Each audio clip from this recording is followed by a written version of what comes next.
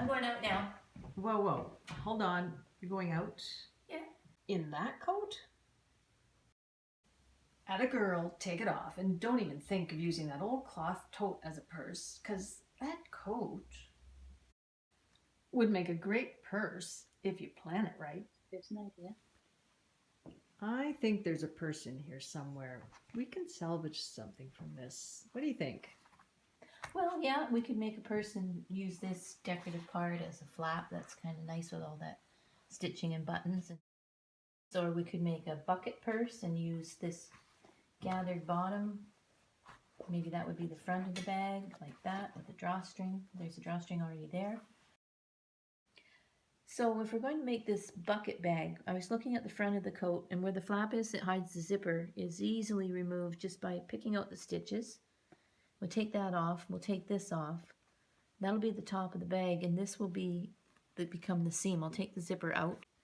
All right, so we've taken out the zipper up here, and we are going to cut across here, save a little bit of this lining to turn down, and we'll add to that on the inside. That'll give a nice top edge. And then what we're going to do is cut the width. We've cut off the bottom drawstring because we're going to have to use that to make a seam to put the bottom in. This bit of lining will be folded under, and then I fold the leather and I will stitch a seam up this side.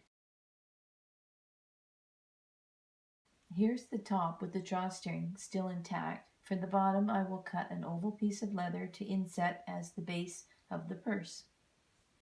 All right, we've turned it inside out and we've sewn up the side seams. We've cut an oval out of leather from the coat and we've got it clipped to the bottom, and I'm going to sew that. Action. There's the bottom sewn into the purse. Looks good. So we're going to do the lining now. I've made this tube of lining. It's the width of the purse, and I'm going to attach it to the facing lining that we left on from the original jacket. Okay, so we have the lining pinned to the facing lining, and we'll go stitch that. Action! Okay, so we have the lining attached, and we're going to stuff that down inside. And then we have to make a new bottom for the lining.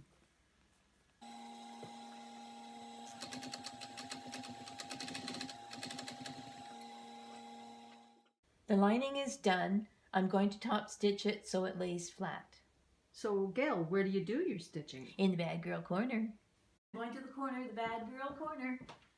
Going to the corner, the bad girl corner. Going to the corner, the bad girl corner. Wow, that looks like a fancy stitching machine. Well, this is an industrial machine, but it's not necessary if the leather isn't too thick. You can use a regular machine. Regular, huh? I like regular.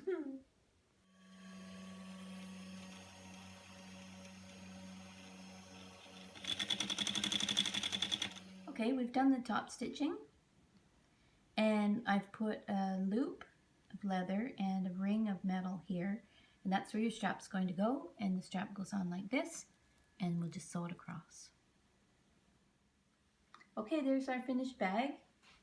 You could always add more pockets inside if you like, or if you like a firm bottom, you could always put something in between the lining and the purse. Who doesn't like a firm bottom? All right, and then we made this small purse from the flap of the back of the jacket, and it opens. We've lined it with a nice silk scarf. And I put a magnetic closure in the flap.